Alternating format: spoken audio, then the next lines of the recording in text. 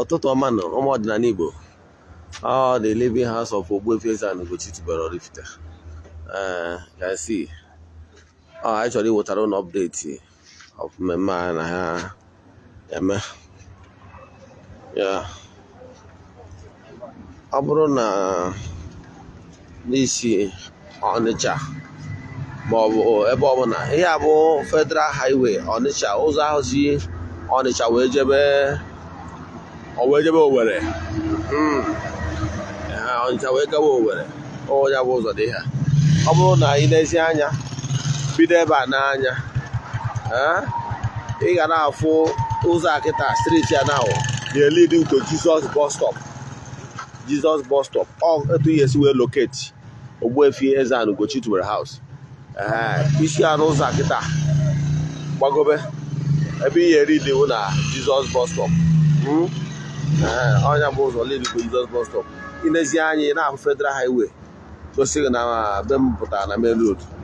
Federal Highway dị ha ụzọ asị Ọnịcha. So ebe ọnwụrụ isi banye moto, si moto ya kwụsị gị na Jesus bus stop oraifite.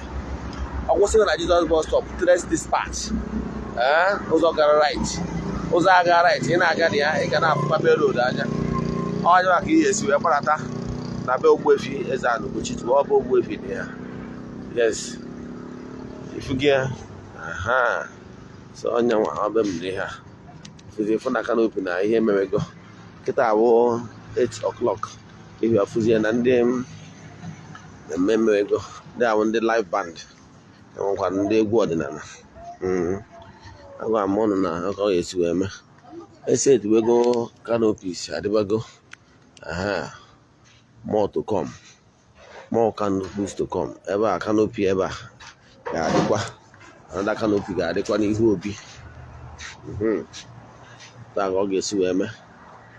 Anyị na-ezi anya ịfụ na ihe egwu dị iche iche ga-awụ sound for live band. Yes. Then n'ezi anya ịfụ ngwa egwu ndị ọdịnala. Local bands. Yes. N'ezi anya ịfụ na mmemme na-aga n'iru. Suya stand dị ha. Yes.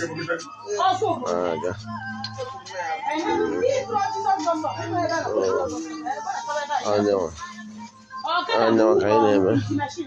So ka anyị gbaratabazie ka ịfụ anya bụ ihe si aga n'iru. Obi dị ha. Obi Ogbuefi EZE-ANA Ugochi tubelu ama na ọtụtụ ndị na-esonyere anyị amarubugi ya. Yes. Ọnya bụ ezumezu ndị ichie. Inekwa anya n'ime obi ya, ya afụkwa ngwa egwu. Ngwa egwu ndị egwu ogele. Ha dabara n'ime obi yesterday ha butere ya. So ebe a na-ata side ya. Ebe a bụ ebe enwere flower garden of the Angels Field. Akọwagoro m ụnụ gbasara Angels Field a. N'ebe ọgwụ nsọ wee nye imirikiti ndị mmadụ. N'ọkwa ebe a ka the healing water, the borehole asị nkiri ya. Borehole a ị na-eji alụ ọrụ dị iche iche. Yes. Onye borehole ọ mmiri ngozi ya gbati ya ije na temple je gozie ya. Ya abụzi the proposed garden. Agwa m ụnụ na-anọ n'udu mmiri. So anyị ji nwayọ na-akụsị ụmụ flowers, ihe ndị kwesịrị ịdị na ya bụ ihe ahịa ga na-akpọ marigold. Bọrọ zuru ka m gwazie gị, ọ dị enwe highly spiritual value, and they all flowers here outside the country. Yes, mana enwetara m ya. Ya bụ flower marigold nwere highly medicinal. Ọ na-agwọ onye wound, his wound. But not that it attracts elemental beings. Yes. It attracts elemental beings. O nwere ụfọdụ obere dị iche iche. Dịka obere ndị a na-akpọ ndị ụka flower. Ewu na ijego ụdị obere anyị ga-afụ na this marigold wo ha ji edozi altar because it attracts the beings. Yes. Ọ dị na ya bụ temple. Ebe a wụ the altar na Ugochi tubelu na temple. Ebe a bụ ebe ndị mmadụ si mba dị iche iche na-abịa n'ọrụ bịa gọọfụ kpekwasị ekpere ọsọrọ okpukpere ọbụla onye na-ekpe ebe nọ n'ihu tempụl a n'ihu ọta ya ayọ dị mma dọpụkwa ya petishọn ya si amechaa ga-abụ ya so emesịa anyị ga-ebupụtacha bọket ndị ga-anọdụ ya mana ịbịa na Ugochi toward na tempụl ọ bụrụ na ifuru Eze-Ana gaa n'ihu ọta nọrọ ebe a ya ayọ ọ ga-abịa na mmezu ọnụ ihe ọta ka Ogbuefi EZE-ANA Ugochi tubelu na-anọ na-ekwubiri ndị mmadụ okwu ọ bụrụ na ị bịara na tempụl taa ọ bụrụ na ị gbara ụkwụ na Ugochi tubelu na tempụl kabarụ jee na bịa n'ihu ọta ekpere yọọ ma yọọ ihe ọbụla bụ dị mkpa ọ bụrụ ego without money ego abụrụ everything ọ bụrụ na ọnọdụ ga-adịrọ mma bịa nọ n'ọta yọọ ihe ọbụla ịyọ ka na show you na onye ọbụla ji ụkwụ wee gba n'ọta na ụkwụ ọ ga-eji wee na-agakarị nke o ji bịa mma ya gazie yes ya bụ obi dị ha obi dị ha agwabugo gị maka ya bụ yes ka anyị jezie n'azụ ụlọ ka anyị wetalụ gị ndị nọ na kichin maka na a ga-emerịrị ela ameela a ga-eme ela was warm out. Yes. Or the baby house of Ogbuefi EZE-ANA Ugochi there. Oraifite. Yes. And the living house. Now I just here as soon as I'm in the kitchen. Yes. I'm out of case I want to be again Ogbuefi. I kwado. Yes.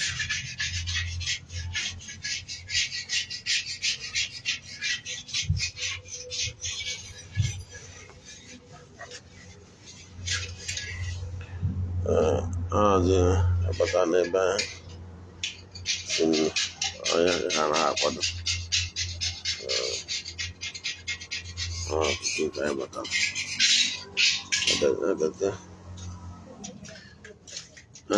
ihe ọma ya eme n'ụbọchị taa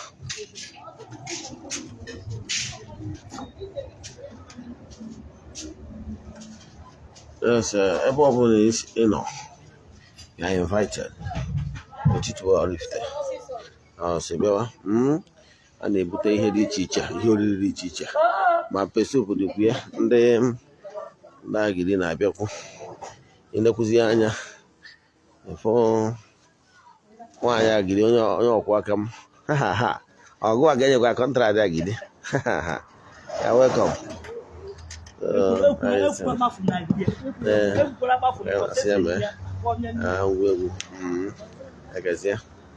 so ebe ọ bụ na agwụnyego gị direction ihe eji wee nweta Ugochi na temple so ebe dị ụbọchị a ka anyị nwa aṅụrị kene ndị a na-afụrụ anya ya gazie anyị ga na-enyekwa update ihe anyị na-enye update bụ maka na o nwere ọtụtụ ndị enyi anyị ndị enwere ike ịbịawu mana ọ site na update ya ndị nọ outside the country update ya ka a ga-eji mee ihe na-emenụ anyị ga na-ewetakwara update from time to time ma oge mmemme na-eme anyị nwere onye kamera onye vidio ga-akọbasị ihe ndị a mgbe ahụ ị nwere ike ma anụzi n'onu mana mesịa maybe tomorrow nwee chance I will upload those things on social media so that you will get focus wee mee ya gazie n'ọfọ ọnwa ajụjụ ọbụla ị nwere ma ọ bụ na ị na-abịa n'Ugochi na temple ị chọọ ịjụta ese ihe ị ga-eme bụ sendịalụ m meseji ma ọ kpọọ m na WhatsApp 08057837672 Ogbuefi EZE-ANA Ugochi gbafa m echefu na WhatsApp nọmba ị nwere ike drọp line meseji maka ọrụ mmụọ dị iche iche ma ọ bụ ịgba afa bikwaziri emi ya gazie